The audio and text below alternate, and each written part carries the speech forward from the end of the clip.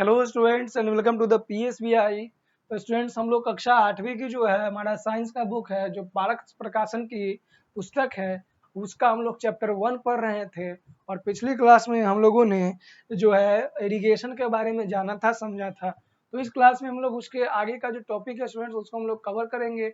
और हमें उम्मीद है कि हम लोग जो भी पढ़ रहे हैं इसके पीछे का आप लोग रिवाइज अपने घर पे करते होंगे अच्छे तरीके से, क्योंकि रिवीजन जो है बहुत ही आवश्यक होती है और रिवीजन करना बहुत ही हमें आवश्यक होती है, क्योंकि जब तक रिवीजन हम नहीं करेंगे, कोई भी चीज़ को पढ़ने के बाद रिवाइज करना नहीं करेंगे तो हमारे मतलब वो चीज़ों को अच्छी तरीके से हम अपने अंदर कंज्यूम अपने अंदर नहीं सम्मिलित कर सकते हैं। तो हमें उम्मीद है कि आप लोग अपने घर पे इसको अच्छी तरीके से रिवीजन भी कर रहे होंगे।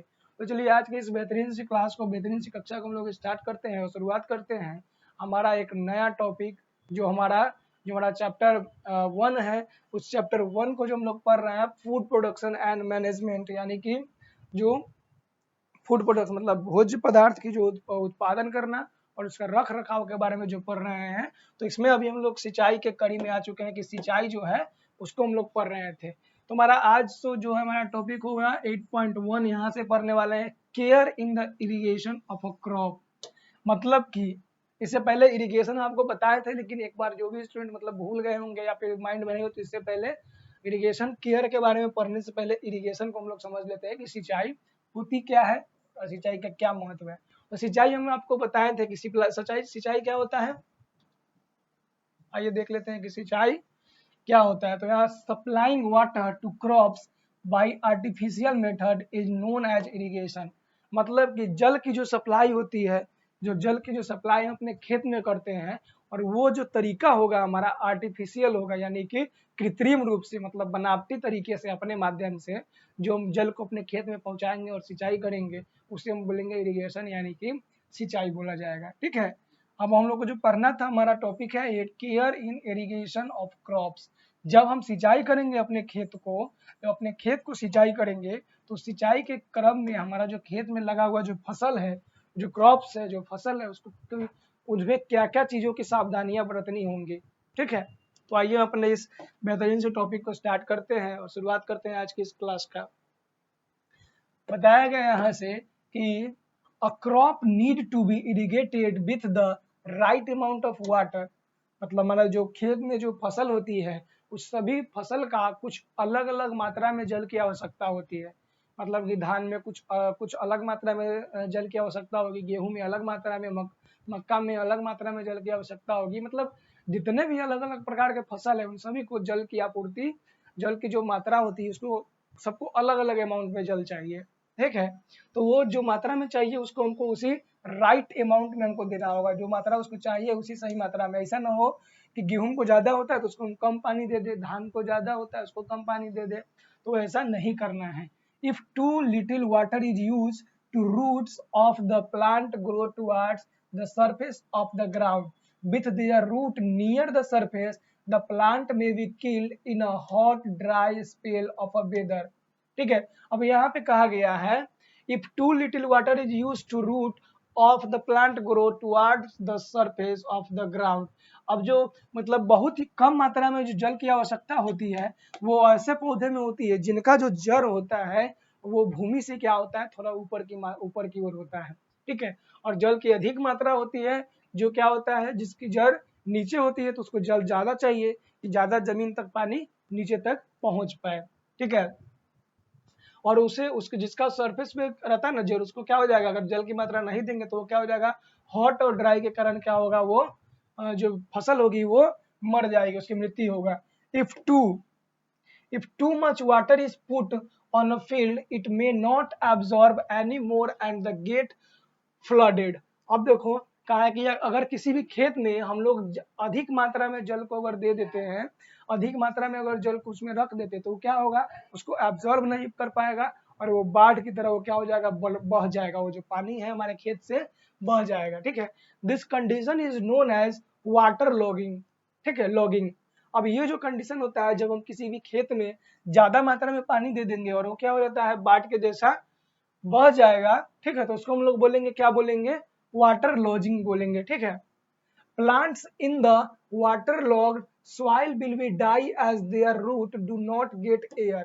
अब जिस फसल में कम मात्रा में पानी चाहिए और हम लोग उसको ज्यादा मात्रा में दे देंगे तो उसका जड़ पे क्या होगा, उसका जो जड़ होगा, मान लेते कि कोई प्लांट है और जिसका ये क्या है, रूट है, और पानी से हम यहाँ तक भर दिए, पानी से हम क्या किए, यहाँ तक पूरा भर दिए, तब क्या होगा कि जो सन का लाइट है इसके रूट को टच नहीं कर पाएगा, सूरज की रोशनी इसके जड़ तक नहीं पहुंच पाएगा, जिसके कारण प्लांट की क्या हो जाएगा, पेड़ की क्या हो जाएगा, मृत्यु हो जाएगा, और वो पेड़ क्या हो जाएगा, डाई हो जाएगा, मर जाएगा।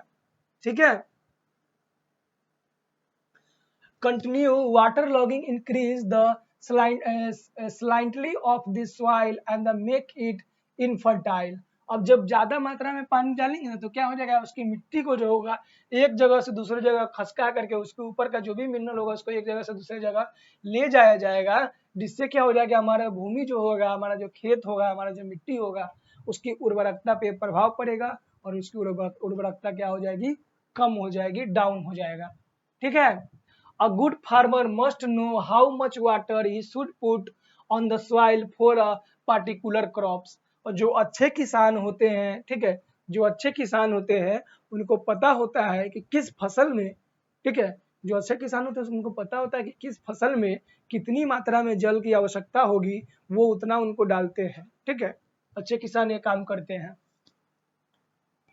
और हर एक फसल के लिए उन्हें पता होता है कि इस फसल में इतना जल चाहिए, तो वो मात्रा में देते हैं, जिनके कारण उसे क्या होगा, अच्छी पैदावार उन्हें मिलेगी। ठीक है। नेक्स्ट जो है मेथड ऑफ इरिगेशन। अब इरिगेशन का कौन कौन सा मेथड होता है और ये मेथड कैसे काम करता है, सिंचाई का जो मेथड होता है, तरीका होता है, उसके बारे में आइए जान लेते हैं। There are 3 general method of irrigation. This method are known as furrow irrigation, check irrigation और स्प्रिंकल इरिगेशन। ठीक है। पहला तो क्या होता है, पहला क्या इरिगेशन होता है, पहला इरिगेशन हमारा होता है फ्यूरो इरिगेशन, दूसरा होगा चेक इरिगेशन और तीसरा स्प्रिंकल इरिगेशन। ये 3 प्रकार का जो इरिगेशन होता है इसके माध्यम से हम लोग अपने जो खेत होता है उसको सिंचाई करते हैं। ठीक है। तो यहाँ पे हम लोग का तो 3 प्रकार का क्या होता है, सिंचाई होता है। ठीक है। जैसा पहला जो हमारा फ्यूरो इरिगेशन, यानी कि इसमें क्या करते हैं हम लोग, फ्यूरो इरिगेशन, देखिए इसमें जो होता है इरिगेशन, ये इस प्रकार का नाला बना करके सिंचाई किया जाता है, जिसको फ्यूरो इरिगेशन बोलते हैं। तो आइए फ्यूरो इरिगेशन के बारे में हम लोग जानते हैं, समझते हैं। In furrow irrigation water flow down furrows between the row of a crop plants. मतलब कि इस प्रकार के सिंचाई में क्या होता है, जो इस प्रकार का जो यहाँ पे प्लांट होगा, इसमें पेड़ होगा, उसके बीच में इस प्रकार का नाला बना करके और इसके क्या होगा, इसमें पानी को बहाया जाता है, पानी को छोड़ा जाता है, जिसको हम लोग क्या बोलते हैं, फ्यूरो इरिगेशन बोलते हैं। ठीक है। The water seeps through the sides of the furrows into the soil around the root of the plants। अब जो ये जो पौधे होते हैं, ये पौधे जो होते हैं बीच बीच में, ये क्या करते हैं, जो यहाँ से सॉइल जो होते हैं, मिट्टी क्या करते हैं, इस पानी को सिप करके अपने अंदर ले लेते हैं, ऑब्जर्व कर लेते हैं और जड़ को पहुंचा देते हैं पानी, जिससे क्या हो जाता है, सॉइल जो हमारा फर्टाइल हो जाता है, मतलब कि सिंचाई हो जाता है हमारा पौधों का। ठीक है। द वाटर सिप, यहाँ पर हम लोग देख लिए, furrow into the soil around the root of the plant. This allowed the root to draw water without being submerge in it. अब ये क्या करता है, ये अलाउ करता है, मतलब कि जो इससे क्या होता है, जो मिट्टी के हमारे जो पौधे के जड़ के पास में जो मिट्टी होता है वो भी क्या होता है, इधर उधर नहीं होता है, और हमारा जो पौधा होता है उसका सिंचाई भी हो जाता है। आगे हमारा सेकेंड है चेक इरिगेशन। चेक इरिगेशन क्या होता है वो देख लेते हैं। In check irrigation a level field is divided by a small earthen rides into the square of the rectangle called the checks। अब चेक मतलब इसका नाम चेक क्यों दिया गया है, क्योंकि जो हम लोग देखते हैं चेस खेला जाता है ना, चेस में क्या होता है, चेकमेट होता है। तो इस प्रकार का जो सिंचाई होता है, इसमें हमारा जो खेत होता है, मान लेते हैं ये हमारा खेत हो गया, इस खेत को क्या करते हैं हम लोग, अलग अलग पार्ट में डिवाइड कर देते हैं। ठीक है। जो शेप कैसा होगा, रेक्टेंगल का शेप का होगा, और इसे सिंचाई कर देंगे और एक पार्ट बाई पार्ट में क्या करेंगे, पानी को फिल कर दिया जाएगा हर एक पार्ट में। ये जो हमारा कहलाता है चेक इरिगेशन कहलाता है। ठीक है। Water is let in through a hole in a reed and it floods all them land with the check. अब क्या करता है, इसमें एक छोटे माध्यम से, छोटे छेद के माध्यम से पानी को इसके अंदर फिल कर दिया जाता है। और किस प्रकार से, मतलब इसको अंदर जो इसको पूरी तरीके से फिल करके, बहाव के आकार में फिल करके इसको सिंचाई किया जाता है, जिसको हम लोग चेक इरिगेशन बोलते हैं। ठीक है students, in a paddy cultivation water is allowed to flow into the field and the flood it completely. This type of irrigation called basin irrigation. अब जो धान की जो खेती होती है, धान की जो खेती होती है उसमें इस प्रकार की सिंचाई की आवश्यकता होती है। ठीक है, जिसमें हम लोग क्या करते हैं, क्योंकि उसमें धान की जो खेती होती है उसमें पानी जो चाहिए वो बहाव चाहिए, मतलब पानी भरपूर मात्रा में चाहिए होता है, जिसके लिए हम लोग इस प्रकार का क्या करते हैं, उसमें सिंचाई का व्यवस्था हम लोग करते हैं और अपना सकते हैं इस प्रकार का। ठीक है, अब आ रही है हमारा थर्ड, देखते हैं थर्ड हमारा क्या है। ठीक है स्टूडेंट्स, थर्ड जो हमारा है, आइए देख लेते हैं कि जो स्प्रिंकल इरिगेशन क्या होता है। In sprinkle irrigation water is sprinkled into the soil from the performed pipes called the sprinklers. अब स्प्रिंकल मीन्स क्या होता है, स्प्रिंग मतलब स्प्रिंकल मीन्स फैलाना, छिड़काव। ठीक है, तो इस प्रकार की सिंचाई में क्या किया जाता है, जो पाइप होता है वो खेत को बीचों बीच दौड़ा दिया जाता है पाइप को, और उसमें छोटे छोटे होल बना दिया जाता है, जिसके माध्यम से क्या होता है, पानी जो है, पानी का छिड़काव, फुहारा जो होता है वो पूरे खेत में क्या है, जाते रहता है। इस प्रकार से फुहारे के जैसा इसको हम लोग बोलते हैं, जो इसका सिंचाई होता है, जिसको हम लोग स्प्रिंकल इरिगेशन बोलते हैं। Often a number of sprinkles are mounted on the pivot in the center of the field. Pivot of the centre of the field. अब इस प्रकार के जो पाइप जो लगा दिया गया है, उस पाइप में बहुत अधिक, मतलब बहुत ज्यादा नंबर में क्या होता है, स्प्रिंकल को लगा दिया जाता है, जो पाइप के सेंटर में क्या होता है, फिट होता है। The rotation sprinkles spray water on the crops plant which are uniformly irrigated. अब क्या होता है, जब इसका जो स्प्रिंकल होता है ये क्या करता है, मूव करते रहता है, इस प्रकार से मूव करते रहता है, जिसके कारण पानी का जो छिड़काव होता है चारों डायरेक्शन में, जहां जहां तक उसका क्या होता है, एंगल पहुंच पाएगा, वहां तक पानी का सिंचाई हो जाता है हमारे खेत में। तो इसको कहा जाता है स्प्रिंकल इरिगेशन, जो ये हमारा दिया गया है स्प्रिंकल इरिगेशन के बारे में। ठीक है, अब हमारा आ जाता है 9 नंबर टॉपिक, जिसको बोलेंगे बीडिंग। ठीक है, क्या बोला जाता है, वीडिंग। बीडिंग में क्या कहा गया, crop plant need to be protected from weeds. Weeds are unwanted wild plants that grow by themselves among the crop of the garden plants. There are several reasons why weeds are not wanted. अब beading का मतलब क्या होता है, beading का मतलब होता है जब हम लोग खेतों में किसी भी प्रकार का फसल का रोपाई करते हैं, बुआई करते हैं, तो वो फसल क्या हो जाता है, उस फसल के अलावे, ठीक है, उस फसल के अलावे हमारे खेत में कुछ अनवांटेड पौधे भी निकल आते हैं। अनवांटेड पौधे कहने का मतलब जिनकी हमें आवश्यकता नहीं होती है। ठीक है, और ये वाइल्ड मतलब कि प्लांट होते हैं, यानी कि जंगली पौधे होते हैं। ठीक है, जंगली पौधे होते हैं जिनका हमें कोई उपयोग नहीं होता है, उसे हम लोग क्या बोलते हैं, बीडिंग बोल सकते हैं। ठीक है, क्या बोल सकते हैं, बीडिंग। ठीक है, There are several reasons why beads are not wanted. और कुछ कारण है जिसके कारण क्या होता है कि हमें बीडिंग जो पौधे होते हैं उसकी आवश्यकता नहीं होती है। और ये कुछ जो है बीडिंग पौधे का हमारे पास फिगर दिया गया है, जो इस प्रकार का जंगली पौधे जो होते हैं जिनका उपयोग हमारे खेतों में नहीं होता है, उसको हम लोग बीडिंग बोलते हैं। तो पहला कारण है जो हमारे इसको उपयोग नहीं होता है, weeds usually grow faster than the cultivated plant. अब जो जंगली पौधे जो होते हैं ना, वीड्स का मतलब होता है जंगली पौधे, बीडिंग मींस क्या होता है, जंगली पौधे। जो जंगली पौधे होते हैं वो हमारे द्वारा जो खेत में रोपे गए पौधे होते हैं उससे दुगनी तिगनी तेजी से वो ग्रो करता है। ठीक है, जिसके कारण they may grow so thick that the useful plant are too crowded to grow well. और जो हम लोग जो खेत में जो भी चीज को रोपेंगे ना, वो क्या हो जाएगा, ज्यादा क्राउडेड हो जाएगा, मतलब वहां उसके आसपास ज्यादा भीड़ भाड़ लग जाएगा, जिसके कारण जो भी, क्योंकि वो ज्यादा फास्ट ग्रो करेगा जंगली पौधा, जब वो ज्यादा फास्ट ग्रो करेगा तो उसके आसपास जो भी मिनरल्स होंगे, सॉइल में वाटर होंगे, उसको जल्दी से भी एब्जॉर्ब कर लेगा नाइट्रोजन को। और जो हम लोग जो पौधों को रोपे हैं उसको वो चीजें नहीं मिल पाएगी, इसीलिए ये क्या होता है, हमारे लिए अनयूजुअल होता है। सेकेंड, इसका कारण क्या है, many weeds grow tall, they keep the crop plants from the getting the sunlight they need. Without enough sunlight green plant can not grow properly. दूसरा कारण क्या है कि जो बीडिंग पौधे होते हैं, कुछ बीडिंग प्लांट यानी कि कुछ जंगली पौधे जो होते हैं वो हाइट में क्या होता है, लंबे होते हैं। ठीक है, जो हाइट में क्या होता है, ज्यादा साइज में लंबा होता है। जब वो लंबा हो जाएगा और हमारा जो हमारे द्वारा रोपा गया पौधा क्या हो जाएगा, छोटा हो जाएगा, तो ये क्या करेगा, सनलाइट को कवर कर लेगा। जो सनलाइट हमारे पौधे को, नीचे वाले पौधे को, नीचे वाला पार्ट को नहीं मिल पाएगा। आपको पता है कि जब तक सनलाइट नहीं मिलेगा कोई भी प्लांट, कोई भी पेड़ पौधा जो होगा प्रॉपर तरीके से ग्रो नहीं कर पाएगा। तो ये इसके कारण भी हमारे लिए अनुपयोगी है।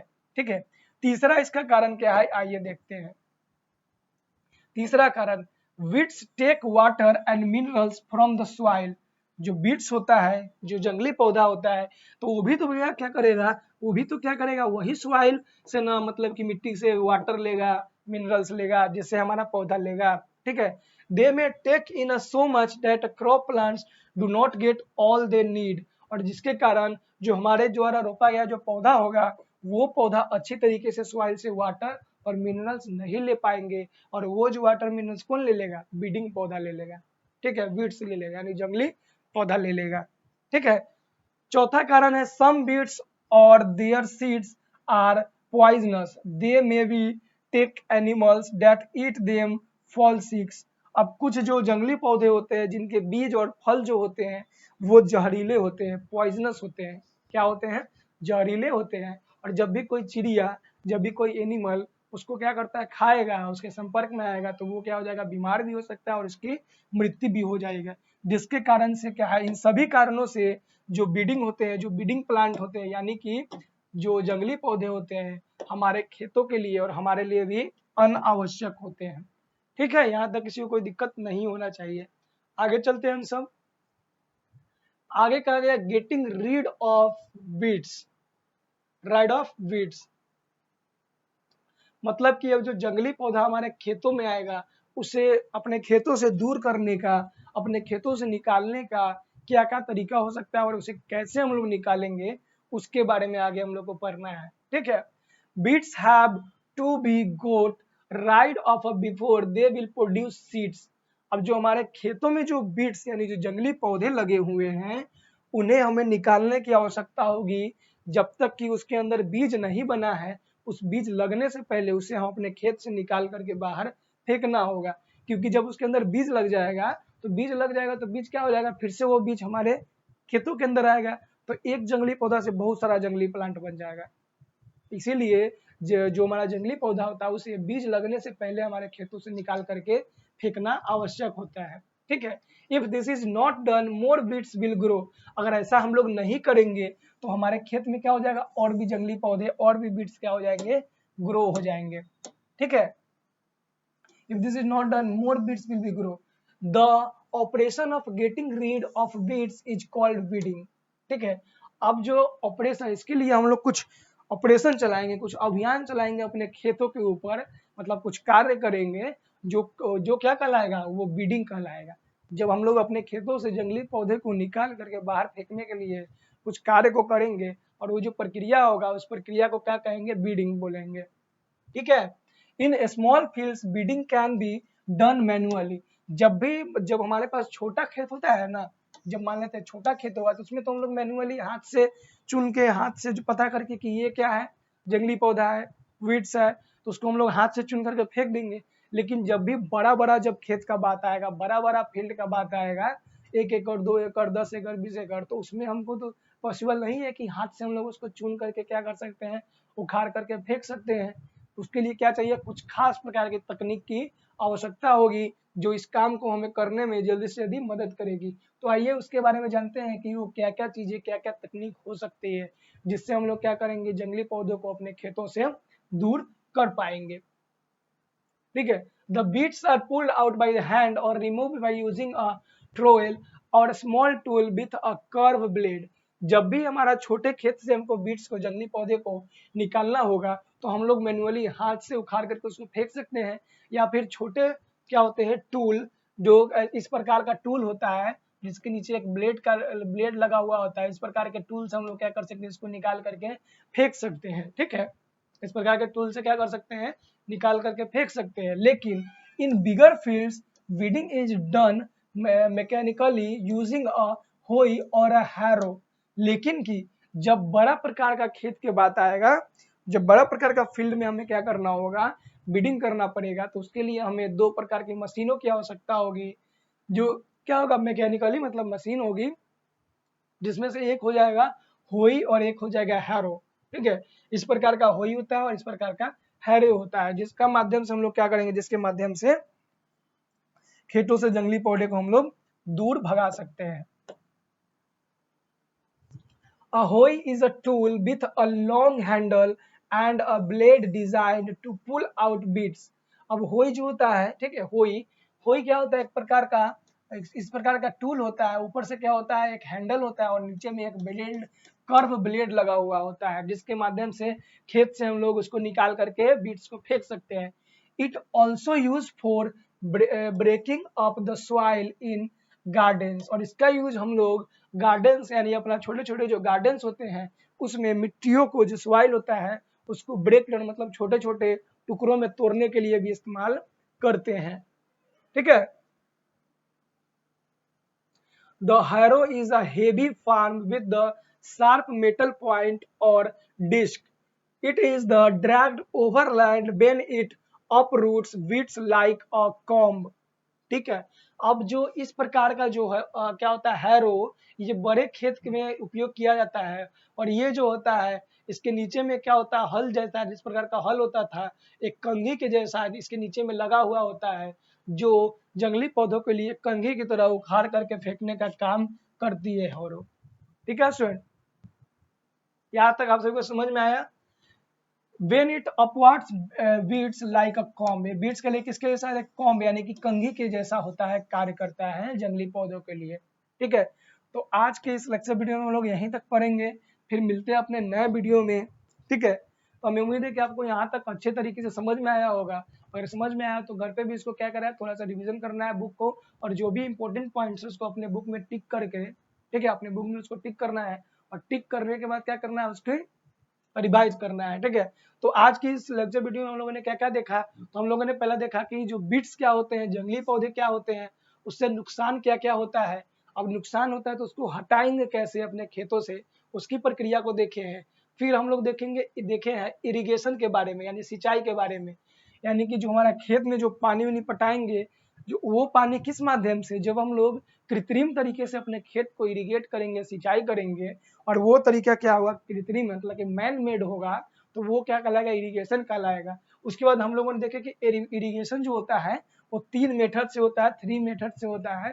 फ्यूरो मेथड हो गया, फिर कौन सा है, चेक इरिगेशन हो गया, और एक जो है स्प्रिंकल इरिगेशन हो गया। तो ये 3 प्रकार से हम अपने खेत को क्या कर सकते हैं, सिंचाई कर सकते हैं। और इन चीज़ों के बारे में, इन टॉपिक के बारे में हम लोगों ने इस वीडियो में पढ़ा है। तो मैं उम्मीद है कि आपको पसंद अच्छा लगा होगा और समझ में भी आया होगा। तो मिलते हैं अपने नए वीडियो में। अगर वीडियो अच्छा लगा हो तो लाइक कर सकते हैं।